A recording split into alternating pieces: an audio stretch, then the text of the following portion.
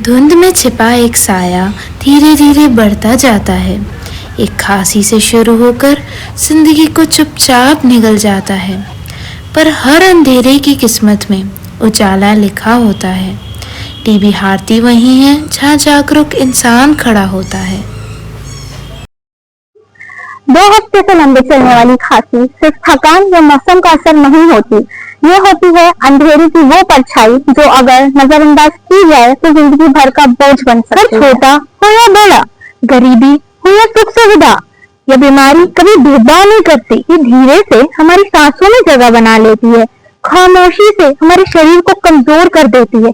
देखते ही देखते ये एक इंसान से उसके पूरे परिवार का नष्ट कर देती है। समय पर लिया गया एक फैसला सिर्फ एक जान नहीं, पूरे परिवार की सांसें बचा सकती है। सवाल ये है कि इलाज की तरफ पहला कदम कौन रखेगा।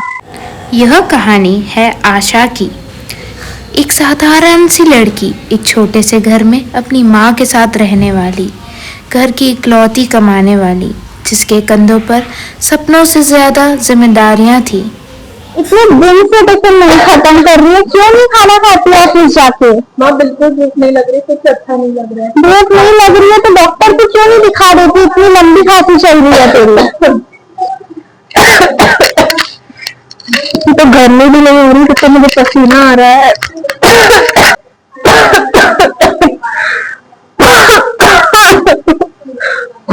बाप रे, खून, अब तो खून भी आने लग गया है खांसी में, डॉक्टर को क्यों नहीं दिखा देती है तो? नहीं माँ, जाना पड़ेगा जॉब पे, मेरे पैसे कट जाएंगे, मैं नहीं कर सकती हूँ। पहले डॉक्टर को दिखा कर आओ। बताइए क्या परेशानी है आपको। डॉक्टर साहब, मेरे 2 हफ्तों से ज्यादा खांसी चल रही है, खांसी में खून आ रहा है, वजन कम हो गया है, इतने दिनों से रात को पसीना आता है, थकान सी लग रही है, समझ नहीं आ रहा है क्या करूँ।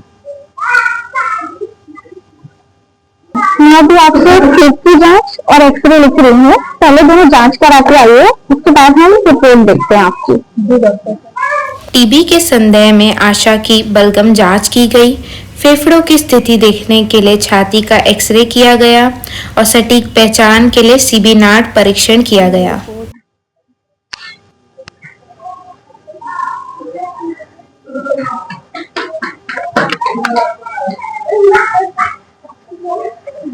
आपको टीबी है, घबराने की कोई जरूरत नहीं है, इसका पूरा इलाज है। बस आपको अपने खाने पीने का ध्यान रखना होगा, समय से समय दवाई लेनी होगी, और हाँ, दवाई मैं आपको जितना समय तक लिख के दे रही हूँ उसको छोड़ना नहीं है, पूरी दवाई का कोर्स खत्म करना होगा, ध्यान रखिएगा। एक और चीज का ध्यान रखिएगा, किसी भीड़ वाली जगह पर मत जाइएगा और मास्क लगा के रखिएगा ज्यादा से ज्यादा। बाकी आपको घबराने की कोई जरूरत नहीं, इसका पूरा इलाज है। टीबी की पुष्टि होते ही दफ्तर का रवैया बदल गया और कुछ ही दिनों में आशा को नौकरी से हटा दिया गया। बीमारी की खबर ने उसकी पहचान को ही बदल दिया।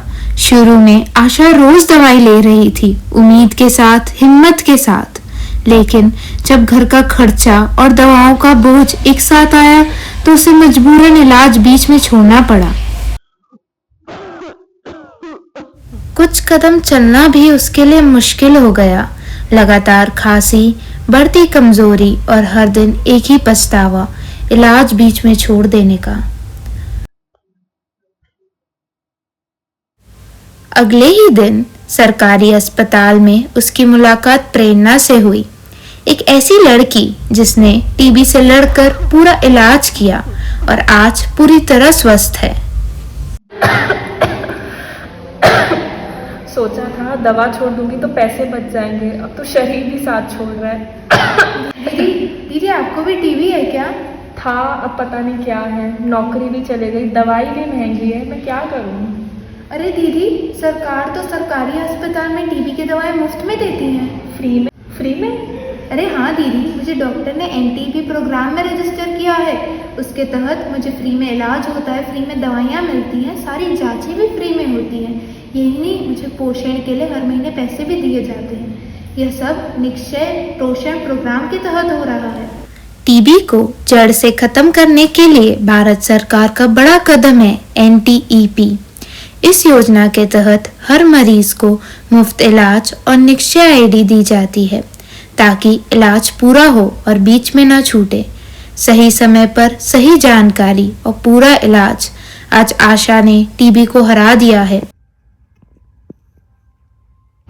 टीबी एक लाइलाज बीमारी नहीं है, इसका इलाज मुमकिन है। सावधानी बीमारी से रखो, पर मरीज को हौसला बनो। दवा शरीर को ठीक करती है, पर साथ मन को ठीक करता है। अच्छा भोजन, पूरी नींद और सुकून भरा मन, यही है सेहत की असली ताकत। एक आवाज, एक नारा, टीबी मुक्त हो देश हमारा।